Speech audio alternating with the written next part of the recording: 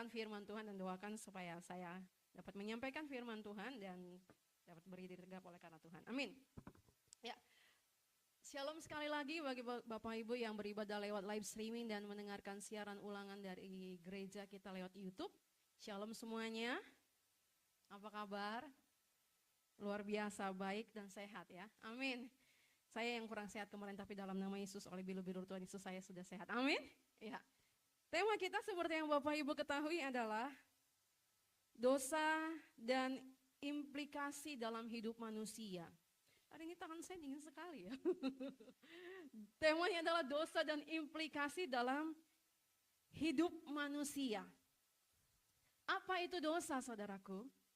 Dosa adalah ketidaktaatan manusia dalam hubungannya dengan Tuhan yang diungkapkan melalui pemberontakan dan pelanggaran manusia. Berdasarkan Wikipedia, dosa yang dari bahasa Sanskerta adalah suatu istilah yang terutama digunakan dalam konteks agama untuk menjelaskan tindakan yang melanggar norma atau aturan yang telah ditetapkan Tuhan. Wahyu ilahi. Alkitab mengatakan dalam Roma 3 ayat 23, semua orang telah berbuat dosa dan telah kehilangan kemuliaan Allah. Jadi oleh karena itu Bapak Ibu Saudara dan saya ini orang-orang yang dulunya orang-orang yang berdosa ya. Ya kan, karena Alkitab mengatakan semua orang telah berbuat dosa dan telah kehilangan kemuliaan Allah. Enggak ada satu manusia pun yang tidak pernah melakukan kesalahan. Tidak ada satupun manusia yang tidak pernah melakukan sesuatu yang artinya wah saya ini baik-baik aja, saya nggak pernah melakukan kesalahan. Kalau Bapak Ibu perhatikan, anak yang masih kecil usia 2-3 tahun dia memecahkan vas bunga orang tuanya. Mamanya marah, kenapa adik kamu pecahkan? Enggak mama, bukan saya, kakak yang pecahkan. Padahal kakaknya nggak ada. Siapa yang ngajarin dia berbohong? Ada nggak mamanya atau papanya ngajarin? Nggak ada kan? Padahal kakaknya lagi asik-asik di tempat tidur mungkin. Atau lagi santai-santai di sofa sambil nonton TV. Tapi dia salahkan kakaknya. Kenapa anak kecil itu tahu melemparkan kesalahan yang dia tahu sendiri bahwa bukan kakaknya yang melakukan tapi dia.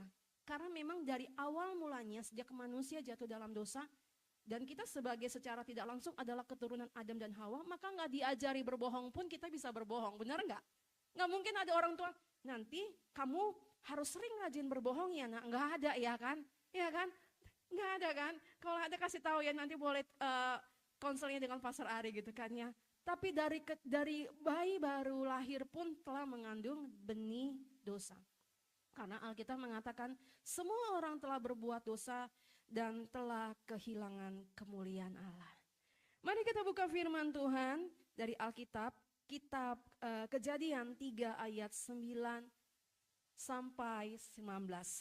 Sekali lagi saya dengan hormat mengundang Bapak Ibu jemaat Tuhan yang dikasihi Tuhan, orang-orang yang luar biasa di dalam Tuhan, untuk kita bangkit berdiri dan kita membaca firman Tuhan secara bersama-sama dari Kejadian 3 ayat 9 sampai 19. Siap? 3, 2, 1. Terima kasih Ibu Selvi telah membantu menampilkan sehingga kita dapat membaca bersama-sama firman Tuhan. 3, 2, 1. Tetapi Tuhan Allah memanggil manusia itu dan berfirman kepadanya, "Di manakah engkau?" Ia menjawab, "Ketika aku mendengar bahwa engkau ada dalam taman ini, aku menjadi takut karena aku telanjang, sebab itu aku bersembunyi." Firman-Nya, "Siapakah yang memberitahukan kepadamu bahwa engkau telanjang? Apakah engkau makan dari buah pohon yang kularang engkau makan itu?" Manusia itu menjawab, "Perempuan yang kau tempatkan di sisiku, dialah yang memberi dari buah pohon itu kepadaku, maka aku makan." Kemudian berfirmanlah Tuhan Allah kepada perempuan itu, "Apakah yang telah kau perbuat ini?" Jawab perempuan itu, "Ular itu yang memperdayakan aku, maka aku makan." Lalu berfirmanlah Tuhan Allah kepada ular itu, karena engkau berbuat demikian, terkutuklah engkau di antara segala ternak dan di antara segala binatang hutan, dengan perutmu lah engkau akan menjalar dan debu tanahlah akan. Ayat 15. Aku akan mengadakan permusuhan antara engkau dan perempuan ini, antara keturunanmu dan keturunannya. Keturunannya akan meremukkan kepalamu, dan engkau akan meremukkan tumitnya. Firman-Nya kepada perempuan itu, susah payahmu waktu mengandung akan kubuat sangat banyak, dengan kesakitan engkau akan melahirkan anakmu. Namun engkau akan berahi kepada suamimu, dan ia akan berkuasa atasmu. Lalu firman-Nya kepada manusia itu, karena engkau mendengarkan perkataan itu, yang telah kuperintahkan kepadamu, jangan makan daripadanya, maka terkutuklah tanah karena engkau. Dengan bersusah payah, engkau akan mencari rezekimu dari tanah seumur hidupmu. Semak duri dan rumput duri yang akan dihasilkan dan tumbuh-tumbuhan di padang akan menjadi makananmu. Dengan berpeluh engkau akan mencari makananmu sampai engkau kembali lagi menjadi tanah. Karena dari situlah, sebab engkau debu dan engkau akan kembali menjadi debu. Silakan duduk Bapak Ibu yang dikasih dalam Kristus Yesus Tuhan. Amin. Saya lihat jam dulu. Oke. Melalui pembacaan kitab Kejadian 3 ayat 9 sampai 19 ini, sesungguhnya disinilah awal kejatuhan manusia ke dalam dosa, saudaraku. Perikopnya manusia jatuh dalam dosa. Melalui Kejadian 3 ayat 9 sampai 19 ini, disinilah kita mengetahui asal mula kejatuhan manusia ke dalam dosa. Bapak Ibu, kalau Bapak Ibu membaca pasal sebelumnya, saya mau mengajak Bapak Ibu sebelum kita maju ke depan. Dikatakan dalam Kejadian 2 ayat 16 dan 17 seperti ini Bapak Ibu. Lalu Tuhan Allah memberi perintah ini kepada manusia, semua pohon dalam taman ini boleh kau makan buahnya dengan bebas. Pasal sebelumnya dari Kejadian 3. Ayat 17, tetapi pohon pengetahuan tentang yang baik dan yang jahat itu, janganlah kau makan buahnya, sebab pada hari engkau memakannya, pastilah engkau mati. Jadi Tuhan Allah berkata kepada Adam pada saat itu, semua pohon yang di taman ini boleh dimakan, asal buah yang mengenai pengetahuan yang baik dan jahat jangan kau makan. Nanti pastilah engkau mati, kata Tuhan Allah. Jadi akibat dosa itu, kejatuhan manusia sesungguhnya dapat mengakibatkan mati. Tapi kalau Bapak Ibu membaca Injil, Yohanes 10 ayat 10b mengatakan, aku datang supaya kamu mempunyai hidup dan mempunyainya dalam segala kelimpahan. Amin. Ada apa dalam gambaran istilahnya bertolak belakang. Yang satu Tuhan Allah mengatakan, kalau kamu memakan buah pengetahuan yang baik dan jahat, pastilah engkau mati. Ya kan? Dikatakan kepada Adam. Tapi karena Tuhan itu sangat mengasihi manusia, ingat bahwa saudara dan saya diciptakan segambar dan serupa dengan Allah, maka dia ingat kasih Tuhan, dia ingat perjanjiannya, dia ingat rencananya semula, sehingga di dalam Injil Yohanes dikatakan, aku datang supaya kamu mempunyai hidup dan mempunyainya dalam segala kelimpahan. Kasih Tuhan yang begitu besar bagi saudara dan saya. Siapa yang percaya dengan penuh dan yakin dengan penuh bahwa saudara sangat dikasihi Tuhan, boleh angkat tangannya.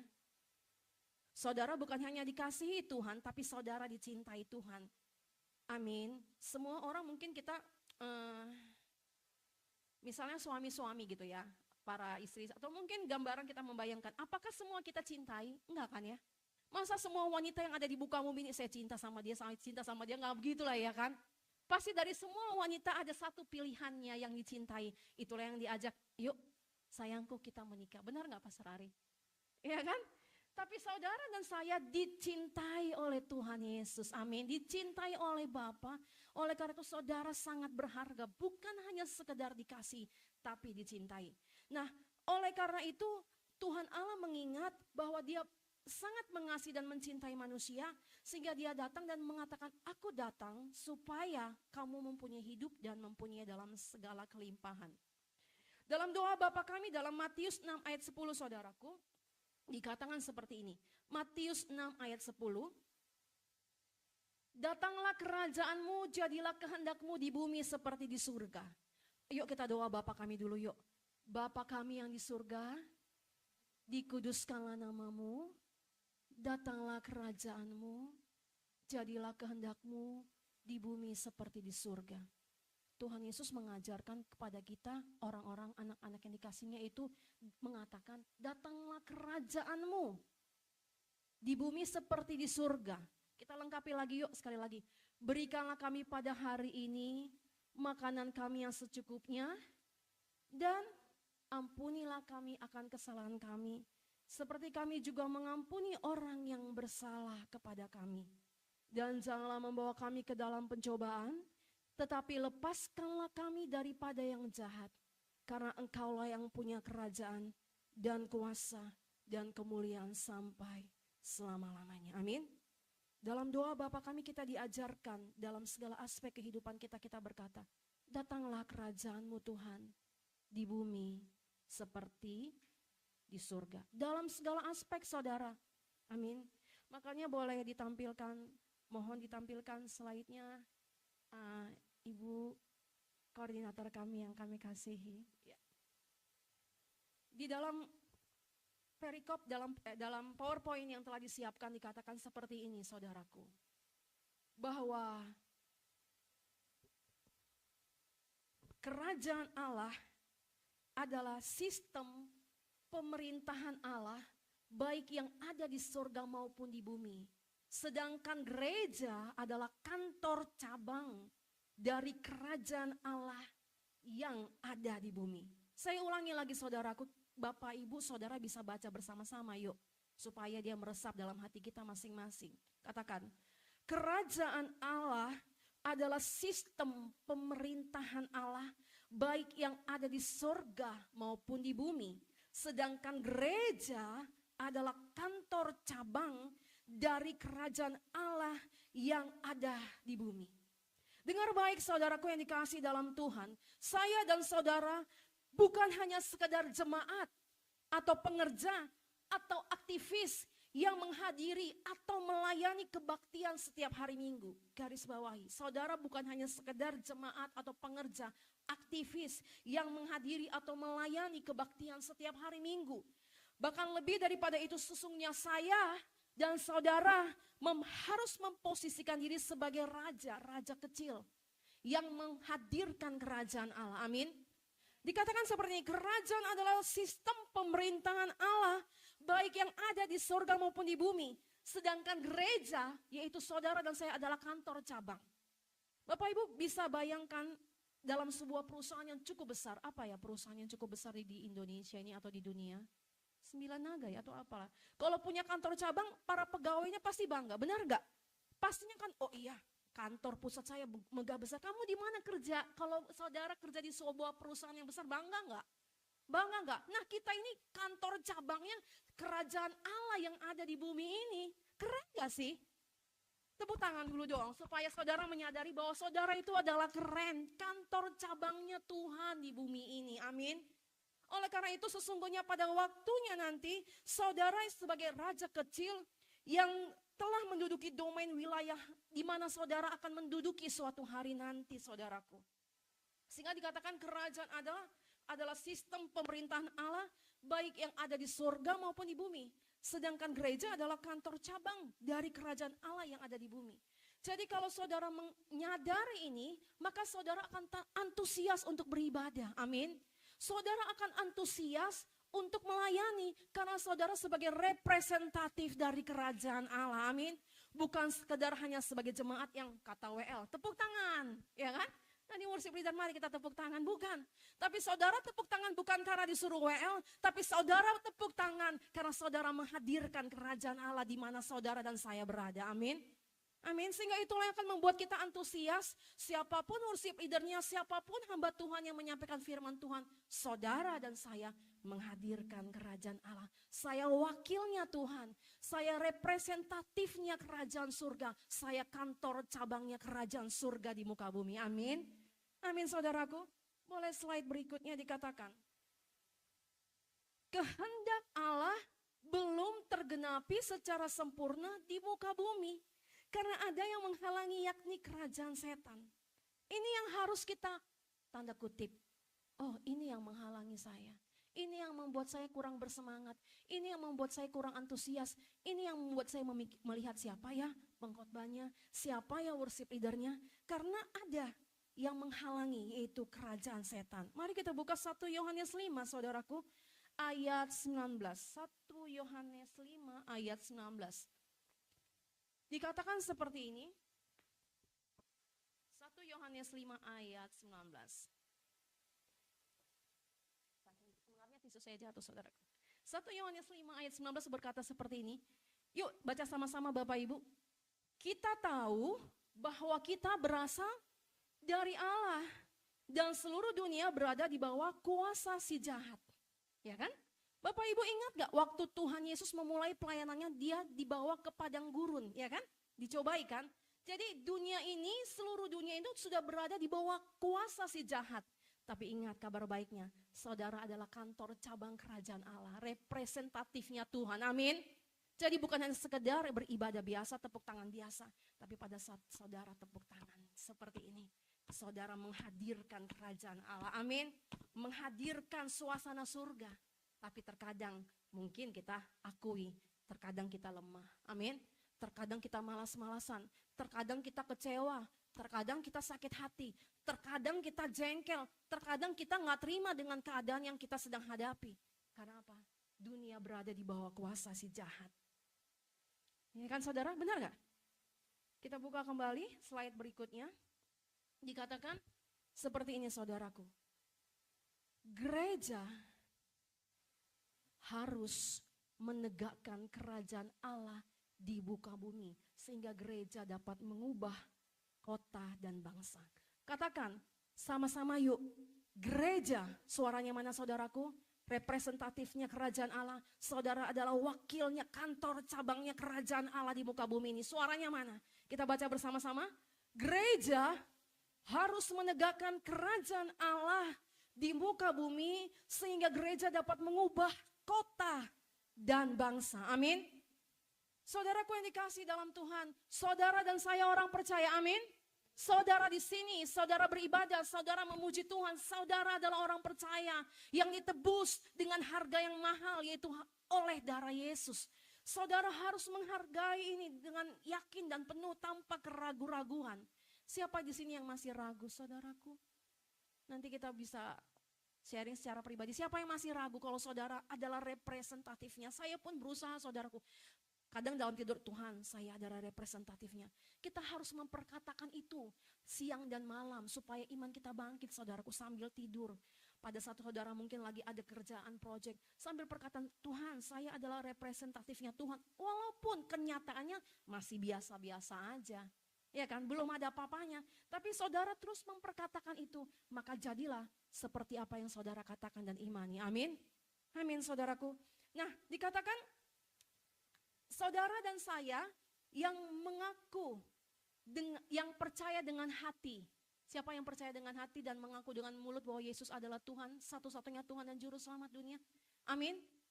Injil keselamatan mengatakan bahwa dengan hati percaya dan dengan mulut mengaku diselamatkan. Jadi pada saat saudara dan saya dengan hati percaya, dengan mulut mengaku, maka saat itu juga saudara dan saya diselamatkan. Amin. Lewat penebusan darah Tuhan Yesus, saudara dan saya yang tadinya terpisah dari Tuhan Allah diselamatkan, dikuduskan, dipisahkan dari dunia ini. Oleh karena itu saudara dan saya adalah milik kepunyaan Tuhan. Saudaraku yang dikasihi dalam Tuhan, kata gereja berasal dari kata eklesia. Katakan eklesia.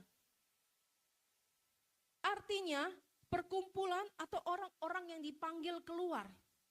Akar kata gereja tidak berhubungan dengan gedung tetapi dengan orang. Kalau secara gedung, apakah ini gedung gereja saudaraku? Nggak ada kan di depan sana salibnya? Nggak ada kan? Ini hotel, benar nggak ya? Hotel, katakan hotel. Oleh karena itu, ini gereja nggak?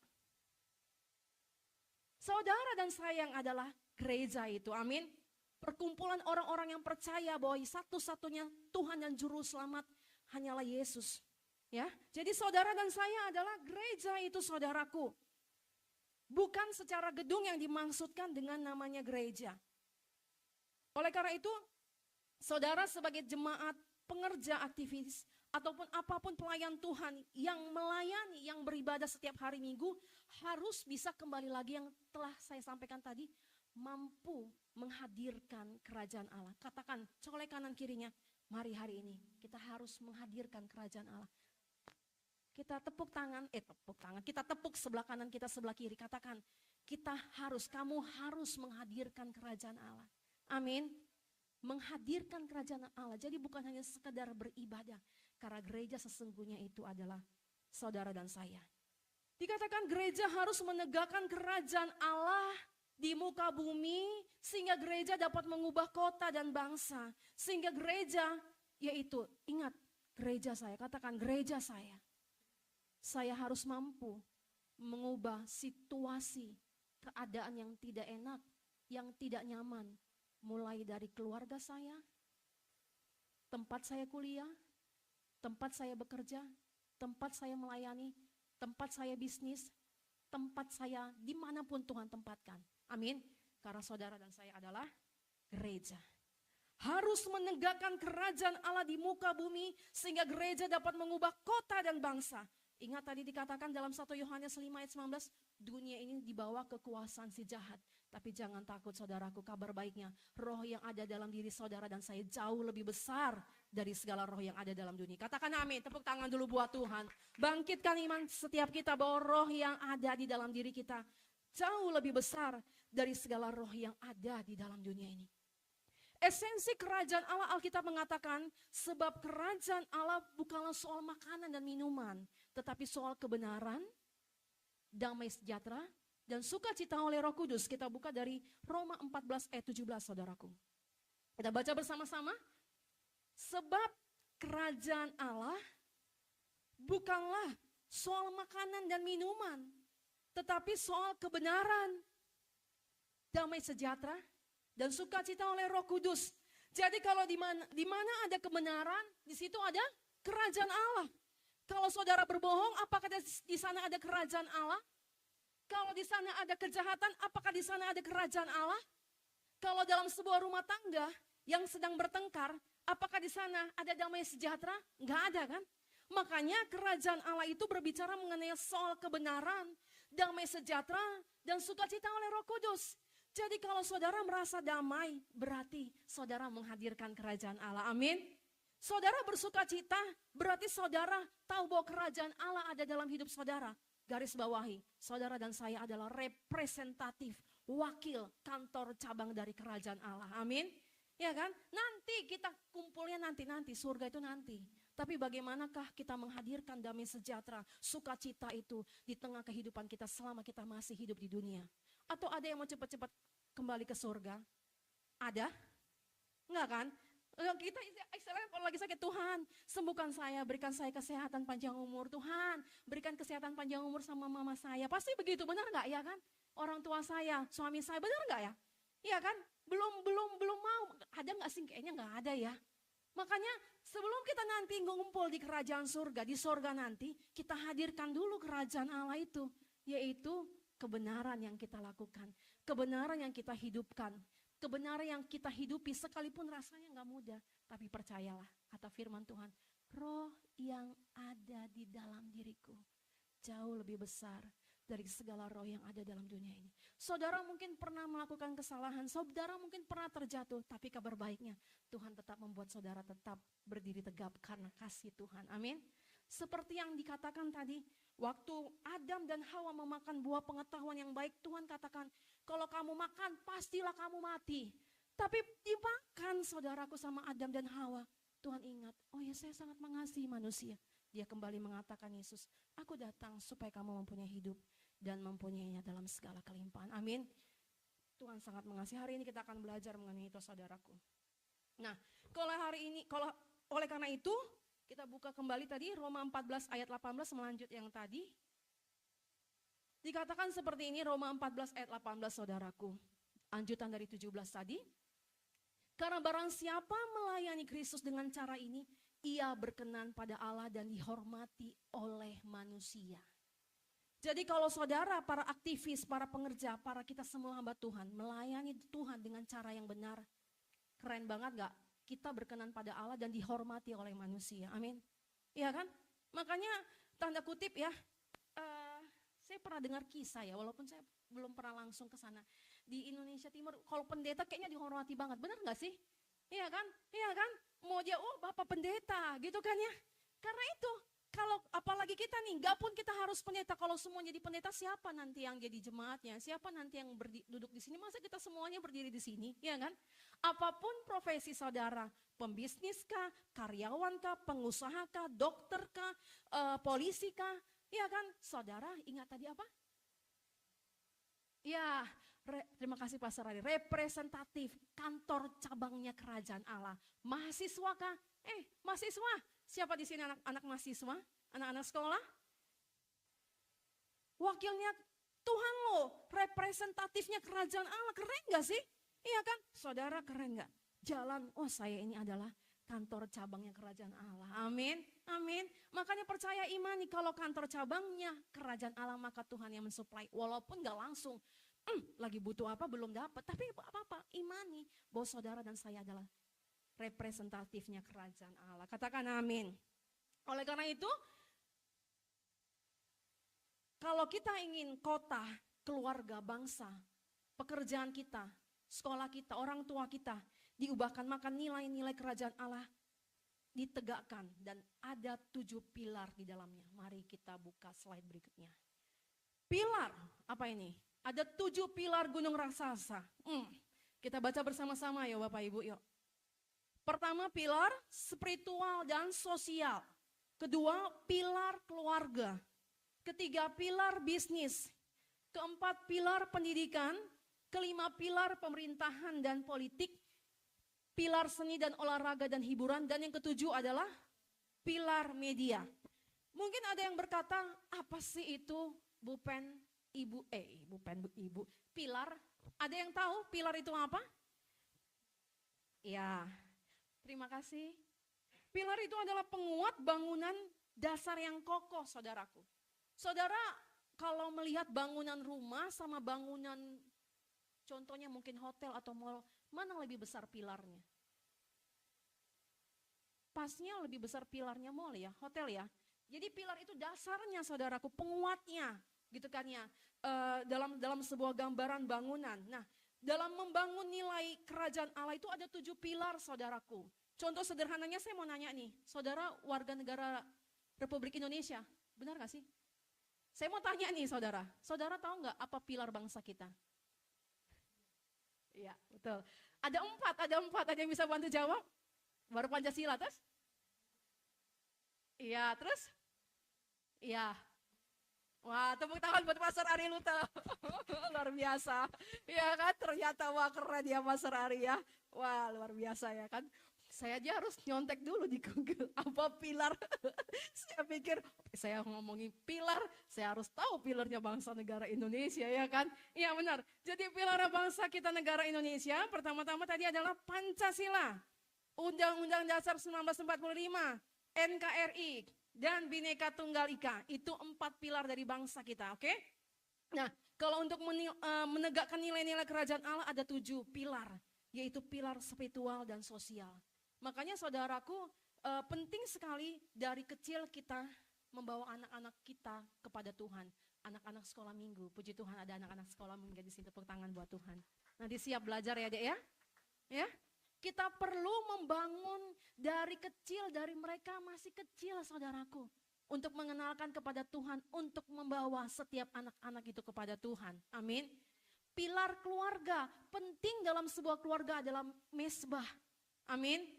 Saya walaupun saya berusaha untuk setiap hari membangun mesbah dengan anak saya saudaraku. Walaupun rasanya capek, walaupun kadang-kadang anaknya marah, ngomel-ngomel, aduh. Tapi kita perlu melatihnya, amin. Jadi Bapak Ibu, mari kita membangun pilar dalam keluarga itu dengan mengajak anak-anak kita, yuk kita berdoa bersama. Mungkin awal-awal adalah yang pergi, adalah yang pulang malam, adalah yang ini. Tapi tetap aja konsisten, tetap aja berusaha. Amin. Walaupun capek, siapa yang mau mulai hari ini membangun mesbah keluarga, amin. Jadi gak cuma hanya hari Minggu, amin. Tapi setiap hari, walaupun capek kita berusaha, gak usah harus sampai 1 jam, 2 jam. Mungkin cuma 10 menit, 15 menit. Baca firman Tuhan singkat, berdoa bersama. Yakinlah, karena saudara adalah representatif kerajaan Allah. Bukan nanti waktu pada saat kita di surga, tapi pada saat kita masih hidup, kita menghadirkan kerajaan Allah. Amin. Mulai hari ini ya Bapak Ibu, amin. Saya kayaknya masih punya utang buat anak-anak muda bawa ngasih saat teduh ya, belum ngasih ya. Nanti ya Bapak Ibu. Nah, pilar bisnis. Jadi Bapak Ibu jangan takut kalau dibawa ke dalam suatu bisnis, karena saudara dan saya memang Tuhan mau bawa itu untuk menjadi wakilnya Tuhan, untuk menyatakan, menghadirkan kerajaan surga dalam bisnis-bisnis saudara dan bisnis-bisnis kita. Katakan amin. Ya kan? Pilar bisnis, banyak bisnis-bisnis di luar sana yang mereka menghalalkan segala cara bagaimana proyek bisa menang dengan cara yang tidak baik. Benar nggak? Dekat dengan bos, memiliki hubungan intim, memiliki hubungan yang dekat dengan bos, ada hal-hal yang jahat di luar sana. Tapi saudara kalau dipercaya Tuhan masuk ke dalam bisnis, saudara tetap harus berusaha menjaga kekudusan dan kebenaran yang ada dalam kehidupan saudara. Amin. Mulai hari ini kita sama-sama untuk terus semakin hari semakin lebih baik di dalam Tuhan. Amin. Kalau kita mau akui ya, banyak ya bisnis-bisnis di luar sana yang menghalalkan segala cara bagaimana agar proyek itu bisa goal. Benar nggak sih? Iya kan? Ditawarkanlah wanita-wanita supaya lancar semuanya. Tapi saudara dan saya, amin, tidak lagi ya. Amin, amin, amin. Haleluya. Pilar pemerintahan dan politik. Jadi jangan anti dengan namanya politik. Kalau kita melihat, dia masuk politik. Tuhan yang taruh dia di dalam politik itu, amin. Untuk jadi berkat, untuk boleh mewartakan, untuk boleh menyiarkan kebenaran firman Tuhan. Pilar pemerintahan dan politik. Siapa yang punya cita-cita masuk ke dalam pemerintahan nanti? Jadi anggota partai, siapa? Udah lewat, jadi saya gak apa-apa bicarain ya Pastor ya. Ya siapa? Anak-anak muda, wah saya suatu hari tante, suatu hari Bu, saya pengen jadi anggota DPR. Saya pengen jadi anggota DPRD. Weh, keren ya. Jangan lupakan gereja kita ya. Ya kan? Pilar pemerintahan dan politik itu Tuhan pakai untuk menyuarakan kebenaran firman Tuhan. Itu Tuhan pakai untuk menghadirkan kerajaan Allah. Dan pilar seni dan olahraga dan hiburan. Amin. Jadi kalau saudara punya keahlian dalam seni, Tuhan itu pakai untuk membawa saudara menghadirkan kerajaan Allah. Pilar seni dan olahraga dan hiburan. Saudaraku di dalam Tuhan, terkadang-kadang ya, saya lagi buka handphone saya dan buka salah satu media sosial. Hal-hal yang gak perlu dibicarakan, hal-hal yang gak perlu disampaikan, yang tanda kutip menurut saya itu vulgar, kayaknya muncul gitu. Saya bingung, ya ampun ini kayaknya gak perlu deh ya. Bapak Ibu pernah gak sih pas lagi lihat media sosial seperti itu? Iya kan? Yang tanda kutip 18 tahun plus, tapi saya aneh, kenapa bisa masuk dan saya juga bingung, kenapa hal itu? Karena dikatakan dunia ini sudah dibawa kuasa si jahat. Jadi kalau saudara mungkin dibawa masuk ke dalam dunia hiburan seni, saudara harus menjadi berkat, amin. Saudara harus menjadi terang, saudara tidak harus jadi antipati, tapi saudara harus tetap bisa berdiri tegap dalam kekuatan Tuhan untuk tetap bersinar dan menyatakan kebenaran itu, amin, amin. Dan kemudian dikatakan pilar media, ya kan? Seringkali kita nonton TV ada hal-hal yang ngajarilah namanya kejahatan, ngajarilah namanya perselingkuhan, ngajarilah namanya kebencian. Benar nggak sih sinetron-sinetron? Tapi kalau suatu hari saudara di antara saudara ada yang dibawa masuk ke dalam media, saudara siap nggak untuk jadi berkat? Amin. Saudara siap nggak untuk berdoa di mana saudara ditempatkan? Firman Tuhan katakan, usahakanlah kesejahteraan kota di mana aku tempatkan engkau. Jadi kalau saudara bekerja dalam suatu perusahaan, doakan bosnya, doakan pimpinannya, doakan tempat saudara berada. Amin. Saya juga demikian seperti itu saudara. Oke. Nah ini 7 pilar gunung raksasa. Nah slide berikutnya. Bagaimana dosa itu dan apa konsekuensinya? Slide berikutnya. Permulaan dosa Adam berdosa, saudaraku. Tadi kita kembali kepada Kejadian 3 ayat 9 sampai 19. Slide berikutnya, slide berikutnya Bu, terima kasih. Kita baca bersama-sama saudaraku. Kejadian 3 ayat 12. Kita baca yuk. Permulaan dosa, Adam berdosa. Manusia itu menjawab, perempuan yang kau tempatkan di sisiku, dialah yang memberi dari buah pohon itu kepadaku, maka ku makan. Tadi apa tema kita saudaraku? Dosa dan implikasi dalam hidup manusia. Kita kembali kepada laptop. Permulaan dosa, Adam berdosa. Manusia itu menjawab, perempuan yang kau tempatkan di sisiku, dialah yang memberi dari buah pohon itu kepadaku, maka ku makan. Slide berikutnya Bu. Dikatakan seperti ini, kita baca bersama-sama saudara. Permulaan dosa, Adam berdosa.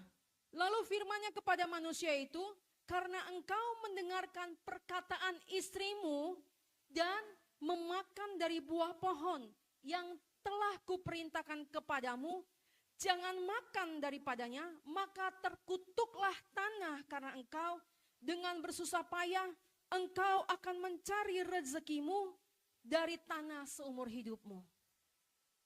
Saudaraku, tadi saya memulai dengan kalimat apa saudaraku? Semua orang telah berbuat dosa, telah kehilangan kemuliaan Allah. Tadi saya juga menggiring saudara untuk baca Kejadian 2 mengenai kata Tuhan. Semua pohon di taman ini boleh kamu makan, semua buah di taman ini kamu boleh makan. Asal jangan makan buah pengetahuan yang baik dan jahat, pastilah engkau akan mati. Masih ingat saudara? Dalam Injil Yohanes 10 ayat 10, aku datang supaya kamu mempunyai hidup dan mempunyai dalam segala kelimpahan. Ada sesuatu yang bertentangan, benar gak? Tadinya mati, terus kemudian aku datang supaya kamu mempunyai hidup dan mempunyai dalam segala kelimpahan.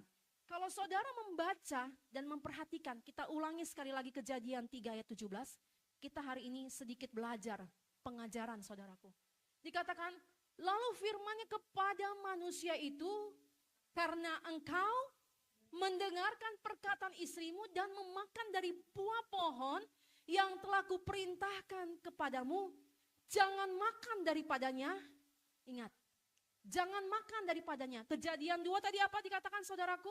Boleh ditampilkan Ibu? Kejadian 2 ayat 17. Kejadian 2 ayat 17 apa yang dikatakan? Semua pohon, tetapi pohon pengetahuan tentang yang baik dan jahat itu janganlah kau makan buahnya. Sebab pada hari engkau memakannya, pastilah engkau mati. Ya kan? Tapi Tuhan Allah, saudara membacakah? Boleh lihat kemari saudaraku? Lihat ke tampilan slide kita. Pastilah engkau mati kalau engkau memakan buah pengetahuan yang baik dan jahat. Bukan nanti kira-kira engkau akan mati, enggak. Pastilah, pastilah. Ya kan? Tapi dalam Kejadian 3 ayat 17, kembali lagi Kejadian 3 ayat 17, kita belajar hari ini. Shalom semuanya. Kejadian 3 ayat 17 mengatakan seperti ini saudaraku. Lalu firman-Nya kepada manusia, karena engkau mendengarkan perkataan istrimu dan memakan dari buah pohon yang telah kuperintahkan kepadamu, jangan makan daripadanya, maka terkutuklah tanah karena engkau.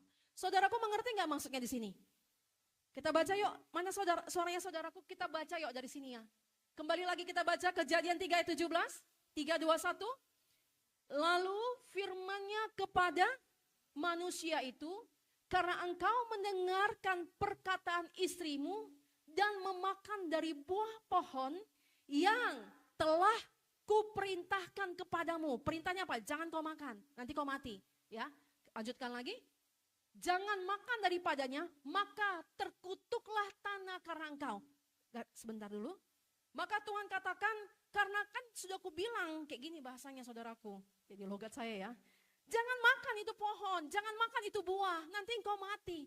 Tapi karena kasih Tuhan yang begitu besar, yang tadinya manusianya yang harus terima kutuk, maka Tuhan mengalihkan kutukannya kepada Yes, kepada tanah. Sampai segini ada yang Bapak Ibu masih mengikuti saya? Yang masih mengikuti saya, berikan tepuk tangan buat Tuhan. Yang tadinya manusianya harus terima kutuk. Yang tadinya manusianya harus mati. Karena Kejadian 2 tadi mengatakan, tapi karena kasih Tuhan yang begitu besar, maka yang manusianya tadi harusnya kena kutuk, maka Tuhan mengalihkan kutuknya itu kepada tanah, saudaraku. Amin. Ini bukan kata saya, tapi Alkitab yang mengatakan, jangan makan daripadanya, yang telah kuperintahkan kepadamu, jangan makan daripadanya, maka terkutuklah tanah karena engkau. Jadi karena Adam dan Hawa memakan buah pengetahuan itu, maka yang terkutuk itu adalah menjadi tanah, saudaraku. Tuhan baik banget gak? Tepuk tangan lagi juga buat Tuhan yuk. Tuhan itu baik banget, Dia sangat mengasihi kita. Jadi dialihkanlah kutuk itu kepada tanah. Maka Tuhan Allah berkata, dengan bersusah payah engkau akan mencari rezekimu dari tanah seumur hidupmu. Gak sampai di situ aja saudaraku. Tuhan memberikan kabar baik bagi kita semuanya. Dikatakan, aku datang supaya saya dan saudara mempunyai hidup dan mempunyai dalam segala kelimpahan. Hidup saudara dan saya adalah hidup dalam kasih karunia, bukan hidup dalam zaman perjanjian lama di bawah kutuk hukum Taurat. Gak ada satupun manusia yang dapat melakukan hukum Taurat secara sempurna. Tapi kalau saudara dan saya dapat menerima berkat Tuhan, menikmati damai sejahtera sukacita dan berkat-berkat dipercaya dengan harta, dipercaya dengan investasi, dipercaya dengan keluarga yang bahagia, itu semua karena kasih karunia Tuhan. Benar gak? Amin. Amin saudaraku. Kita kembali lagi. Slide berikutnya dikatakan seperti ini, saudaraku. Permulaan dosa, Adam berdosa. Adam berdosa sebab ia tahu berbuat baik untuk memperingatkan Hawa namun tidak melakukannya. Saya mau tanya nih pertanyaan saudaraku. Boleh nanti angkat tangan, nanti minta hadiahnya sama Pastor Ari Lute. Salah ya. Kira-kira nih, siapa yang berdosa nih duluan? Si Adam atau si Hawa? Yang makan buah pengetahuan yang baik dan jahat, siapa yang pertama? Hawa. Berarti yang berdosa siapa dong pertama? Hah? Siapa yang jawab Hawa? Siapa yang jawab Adam? Siapa yang gak jawab dua-duanya? Ya kan? Jadi yang berdosa pertama kali adalah Adam, saudaraku. Kok bisa sih? Pastor Ole, kok bisa Adam? Berarti kita yang cewek-cewek wanita kita berbangga dong. Gini dong, mana ya? Ya kan?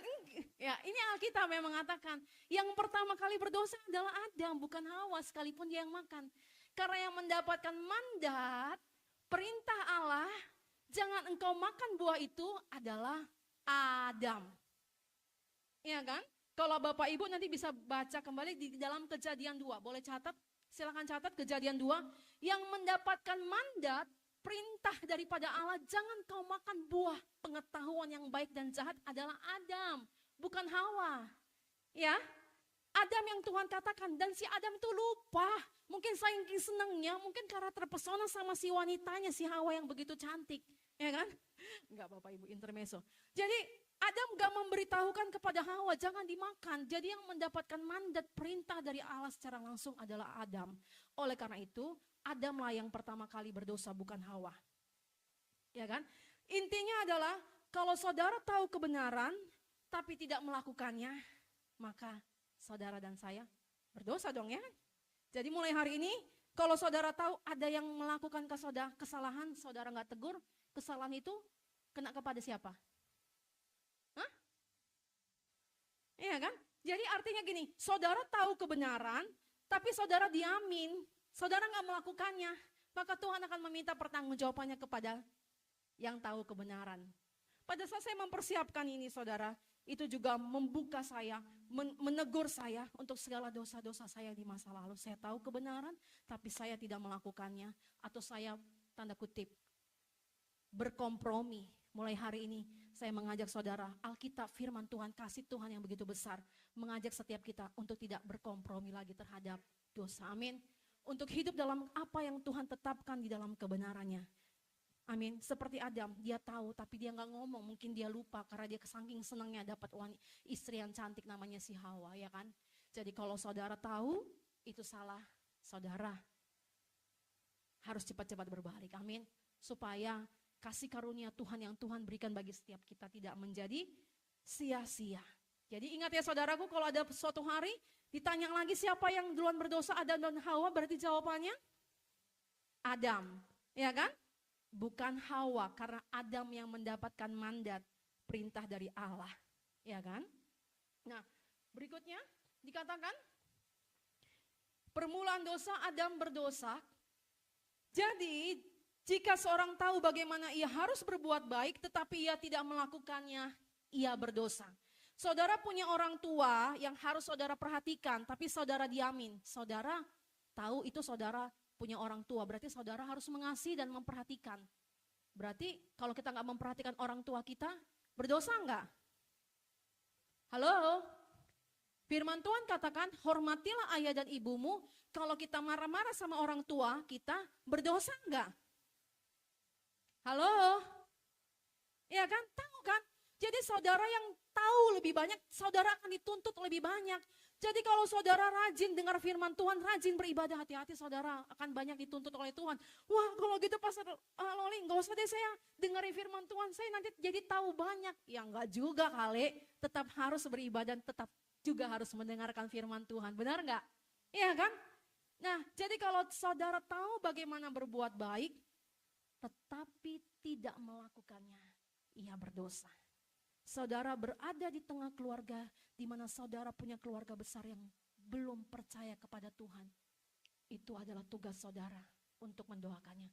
Kapanpun itu keluarga saudara menjadi orang percaya, itu urusan Tuhan. Tapi bagian saudara adalah mendoakannya. Jadi berkat, jadi terang, semua itu urusan Tuhan. Saudara hanya ambil bagian, Tuhan aku melakukan bagianku, berdoa. Mungkin saudara nggak pandai mungkin berbicara seperti kita-kita yang mungkin sekolah teologi, nggak apa-apa. Tapi saudara punya tangan. Amin, siapa yang punya tangan di sini? Saya mau lihat siapa yang punya tangan di sini. Kita lipat tangan kita. Kita berdoa saudaraku, amin. Kita berdoa buat keluarga kita di sana. Tuhan, kalau Tuhan selamatkan saya, masa Tuhan tidak selamatkan orang tua saya? Kalau Tuhan selamatkan saya, maka Tuhan tidak menyelamatkan kakek nenek saya. Saudara menangis bawa hati yang hancur. Dan Alkitab mengatakan setiap air mata kita ditampung di kirbatnya. Amin. Amin. Gak ada doa yang sia-sia saudaraku. Ini saya lempar nih saudaraku. Tisu ya. Ini tisu kan? Saya lempar. Jatuh ke bawah kan saudara. Gak mungkin dia melayang-layang, benar gak? Jadi segala sesuatu yang saudara lempar kepada Tuhan, saudara akan menerima segala sesuatunya yang terbaik daripada Tuhan. Amin. Ayolah beri tepuk tangan kepada Tuhan. Amin. Slide berikutnya. Konsekuensi dosa, iblis adalah kutukan. Sebentar lagi saudaraku. Slide berikutnya ya. Konsekuensi dosa, iblis adalah kutukan. Kita baca bersama saudaraku. Lalu berfirmanlah Tuhan Allah kepada ular itu, karena engkau berbuat demikian, terkutuklah engkau di antara segala ternak dan di antara segala binatang hutan. Dengan perutmu lah engkau akan menjalar dan debu tanahlah akan kau makan seumur hidupmu. Jadi sesungguhnya manusia kembali lagi tidak dikutuk sebenarnya saudara. Ya kan? Waktu dia makan buah pengetahuan, dilemparkan kepada tanah. Makanya dikatakan tadi di dalam Kejadian 3 ayat 12 ya kalau nggak salah ya. Kejadian yang mengatakan bahwa tanahlah yang menjadi terkutuk. Ya kan saudara? Dan kemudian si ular karena kutuk daripada Tuhan. Kita buka lagi slide berikutnya. Setiap orang yang berbuat dosa sudah seharusnya menerima konsekuensi. Oleh sebab itu kita jangan berpikir bahwa dosa adalah hal yang biasa. Sebab konsekuensi dosa adalah kutuk. Slide berikutnya saudaraku. Implikasi dari dosa, kutuk terhadap tanah. Adam seharusnya menerima konsekuensi dosanya, yakni kutukan. Tetapi bukan Adam yang dikutuk Allah, melainkan tanah. Saya ulangi sekali lagi. Adam seharusnya menerima konsekuensi dosanya, yakni kutukan. Tetapi bukan Adam yang dikutuk Allah, melainkan tanah. Yang tadinya harusnya manusia yang kena kutuk, tapi Tuhan melemparkan kutukan itu kepada tanah. Karena Tuhan sangat mengasihi saudara dan saya. Karena Tuhan Allah sangat mencintai saudara dan saya. Katakan amin. Dialihkan ke tanah saudaraku. Melainkan tanah dikatakan. Dan slide berikutnya dikatakan seperti ini. Lalu firman-Nya kepada manusia itu, karena engkau mendengarkan perkataan istrimu dan memakan dari buah pohon yang telah kuperintahkan kepadamu, jangan makan daripadanya, maka terkutuklah tanah karena engkau dengan bersusah payah engkau akan mencari rezekimu dari tanah seumur hidupmu. Tanah dikutuk dan implikasinya di ayat 18 kita baca yuk bersama-sama yuk saudara. Kejadian 3 ayat 18 dikatakan seperti ini. Kejadian 3 ayat 18. Semak duri dan rumput duri yang akan dihasilkannya bagimu dan tumbuh-tumbuhan di padang akan menjadi makananmu. Boleh lihat semuanya kemari? Tadi tanah yang jadinya kena kutuk akibat dosa Adam. Harusnya si Adam yang kena. Tapi Tuhan Allah sangat mengasihi manusia karena suatu hari manusia akan berkumpul bersama Tuhan Allah. Nah, saya percaya saudaraku, Taman Eden itu dulunya nggak ada namanya semak duri sebelum Adam dan Hawa jatuh dalam dosa. Tapi karena tanah itu terkutuk, maka muncullah semak duri, rumput duri. Saudara di sini siapa yang suka ikut jelajah alam? Kalau di dalam dulu ingat saya ada zaman SMA Gapala ya, gabungan pencinta alam. Zaman sekarang ada gak sih? Ada ya? Pernah gak sih pergi ke hutan atau kemana, terus kemudian ada yang melukai kaki saudara, terus luka. Nah itu semak duri, itu rumput duri. Ada yang punya pengalaman seperti itu? Gak ada ya? Ada ya Bu ya? Ibu punya pengalaman? Ya. Nah itulah rumput duri, semak duri. Nanti kalau misalnya ibu gak tahu yang mana rumput duri, semak duri, ya bolehlah nanti liburan sekolah jalan-jalan anak-anak pergi ke hutan, ya kan? Jadi biar tahu yang mana sih semak duri, rumput duri, ya kan? Ya kan? Nah, itu kan gak enak lagi jalan. Tepuk tangan dulu buat Tuhan, ayo. Tuhan kau baik, sangat mengasihi kami ya Tuhan. Ya kan? Rumput duri itu pasti melukai, gak ada yang istilah kena rumput duri enak kali gitu kan ya. Gak ada, pasti sakit, pasti melukai, pasti ada yang berdarah, benar enggak ya? Nah, jadi akibat dosa itu muncul namanya semak duri dan rumput duri saudaraku. Iya kan? Nah, dalam arti, maksudnya apa sih kalau kita ngomongin semak duri, rumput duri? Ada artinya semak duri dan rumput duri. Akibat dosa itu maka terjadi yang namanya kesulitan, ketidaknyamanan dalam kehidupan kita. Jadi kalau saudara dan saya pernah mengalami masa-masa sulit, keadaan yang tidak nyaman itu karena akibat dari kutukan dosa yang diberikan kepada tanah. Amin. Tapi saudara gak usah perlu takut, aduh gimana. Kan Injil Yohanes 10 ayat 10b mengatakan, aku datang supaya kamu mempunyai hidup dan mempunyai dalam segala kelimpahan. Saya mengajak ini, kami gereja ini mengajak saudara membuka ini supaya saudara tahu betapa cinta dan kasihnya Tuhan dalam hidup saudara dan saya. Amin. Tanah dikutuk maka menghasilkan semak dan rumput, semak duri dan rumput duri. Artinya semak duri dan rumput duri ini adalah berbicara situasi yang tidak enak dan tidak nyaman yang dirasakan oleh umat manusia. Siapa di sini yang hidupnya nyaman-nyaman aja? Angkat tangan. Siapa yang pernah mengalami kesulitan? Angkat tangan yuk. Yang merasa gak nyaman pernah? Yang merasa gak enak? Ya. Nah itulah artinya dalam gambaran semak duri dan rumput duri. Ya kan? Tapi kabar baiknya 2000 tahun yang lalu Tuhan Yesus telah mati buat saudara dan saya. Amin. Tuhan Yesus dimahkotai duri loh saudaraku. Dia ambil orang menaruhkan mahkota duri supaya tanah yang terkutuk itu tidak lagi terkutuk dan saudara diberkati Tuhan. Saya dan saudara diberkati Tuhan. Katakan amin saudaraku. Karena Tuhan telah mengangkat kutuk itu untuk saudara dan saya menerima kemenangan. Untuk saudara dan saya menerima berkat. Untuk saudara dan saya diselamatkan. Untuk saudara dan saya disembuhkan. Amin. Kabar baiknya Tuhan telah mengangkat segala kutuk itu. Dan dia rela menjadi terkutuk supaya saudara dan saya diselamatkan. Amin. Amin saudaraku. Slide berikutnya dikatakan. Seharusnya Adam dan Hawa menerima kutukan seperti yang diterima ular. Namun Allah menghindarkan kutukan itu ke tanah. Sebab ia sudah mendesain manusia sebagai penghuni sorga. Suatu hari saudara dan saya akan tetangga di surga. Amin. Kita akan menjadi warga kerajaan surga. Tapi jangan buru-buru. Amin. Selama kita hidup di dunia ini, kita menghadirkan kerajaan Allah Karena saudara dan saya adalah wakil representatif kerajaan Allah di dunia ini, saudaraku. Kalau kita berbuat baik, kebenaran, maka tanah tempat tinggal kita, usaha kita akan diberkati Tuhan, akan memunculkan hal-hal yang baik. Tapi kalau manusia itu melakukan dosa, kesalahan dan melanggar, maka dari tanah di mana kita berdiri akan menghasilkan semak duri. Jadi mulai hari ini kita berhati-hati ya saudaraku, amin. Jangan karena kita telah menerima penebusan darah Yesus, Tuhan telah mengangkat kutuk 2000 tahun yang lalu, kita sengaja berbuat dosa. Oke, kita pernah jatuh dalam dosa, tapi kita tidak tinggal di dalam dosa, amin. Kita tidak hidup lagi di dalam dosa, amin. Amin.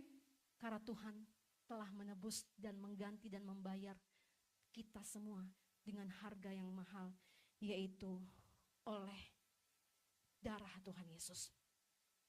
Adam mengalami kesulitan ketika mencari makan, maka timbul namanya semak duri. Saudara pun jadi kalau ingat pada saat saudara lagi sedang mengalami kesulitan, Tuhan kok susah banget ya mencari rezeki ini. Ingat, ini sebenarnya sebab akibat dari dampak dari dosa.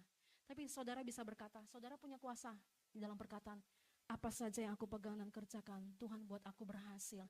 Apa saja yang aku doakan, firman Tuhan berkata, bagi Tuhan yang dapat melakukan jauh lebih banyak daripada apa yang aku doakan dan pikirkan menurut kuasa yang bekerja dalam kehidupanku.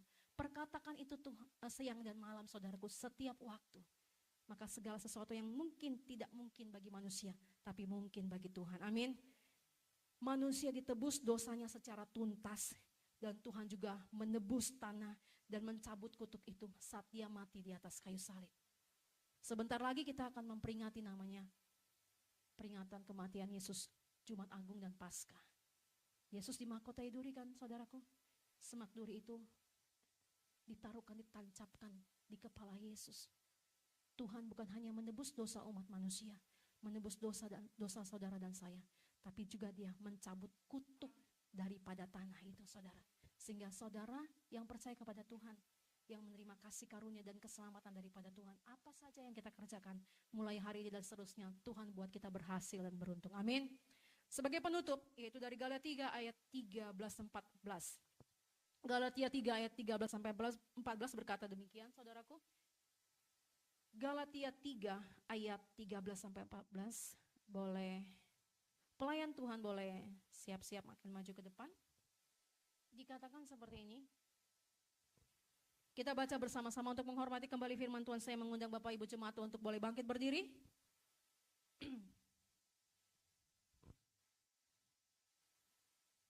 Galatia 3 ayat 13-14 berkata, 3, 2, 1. Kristus telah menebus kita dari kutuk hukum Taurat dengan jalan menjadi kutuk karena kita. Sebab ada tertulis, terkutuklah orang yang digantung pada kayu salib. Yesus Kristus telah membuat ini supaya di dalam Dia berkat Abraham sampai kepada bangsa-bangsa lain, sehingga oleh iman kita menerima roh yang telah dijanjikan itu. Amin. Mari kita berdoa.